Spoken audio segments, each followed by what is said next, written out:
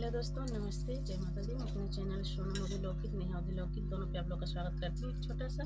सोहर गीत, बहुत प्यारा सोहर गीत है, आप लोग सुनिएगा और समझिएगा। कमेंट बॉक्स में जरूर बताइएगा कि हमारा सोहर गीत कैसा लगा। चलिए सुनते हैं।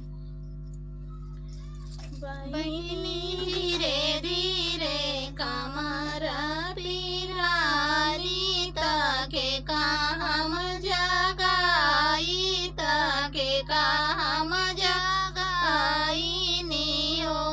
बहिनी धीरे धीरे कमरा पिरानी ताके काम जगाई ताके काम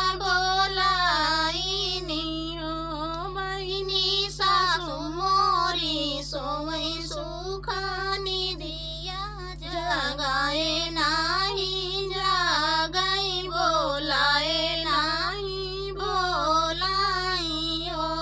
बहिनी सासू मोरी सोवई सुखानी दिया जगाए नाही जागाई बोलाए नाही बोलाई ओ बहिनी सोई जेठा पालांगिया ता कैसे हम जगाई ता कैसे हम जोलाई नियो बहिनी जेठानी ता सोई जेठ पालांगिया ता कैसे हम जगाई ता कैसे हम भोलाई नियो बहिनी सबसे तनिका मोर देवरवा जगाए ओ नहीं जागई बोलाए ओ नहीं बोलाई ओ बहिनी सबसे तनिका मोर देवरवा जगाए ओ नहीं जागई बोलाए ओ नहीं बोलाई ओ बाबूजी कवाना संकट तोहरे जियारा तरतिया जगाई तरतिया बोलाई बाबूजी कवाना संकट तोहरे जियारा तरतिया जगाई तरतिया बोलाई देवरा धीरे धीरे कमरा पिरानी ता भैया की जगावई ता सैया के बोलावई हो देवरा धीरे धीरे कमरा पिरानी ता भैया के जगावई ता भैया के बोलावई हो भैया बाबूजी के कमरा दारा दी आंगनवा भाऊजी लोटाई आंगनवा भाऊजी लोटाई हो भैया भाऊजी के कमरा दारा दिया आंगनवा भाऊजी लोटाई आंगनवा भाऊजी लोटाई हो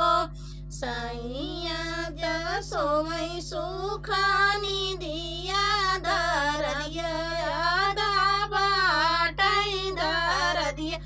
आधा बाटाई हो सैया कमरा में उठी है दर दिया यादी बाटाऊ दर दिया यादी बाटाऊ राजा गोड़वा दबाई कमरिया हार दिया रनिया हार दिया रनिया हो कवना जतना कर दिया कैसे बाट कर दिया कैसे बाट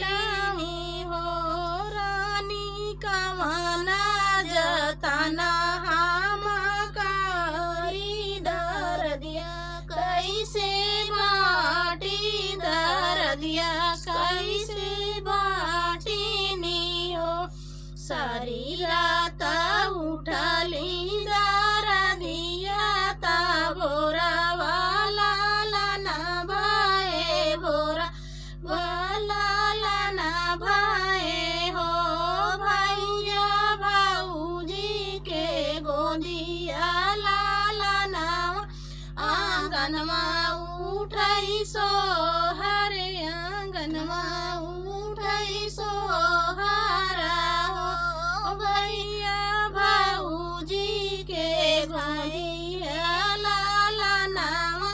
आंगनमा उठै सो हरे आंगनमा उठै सो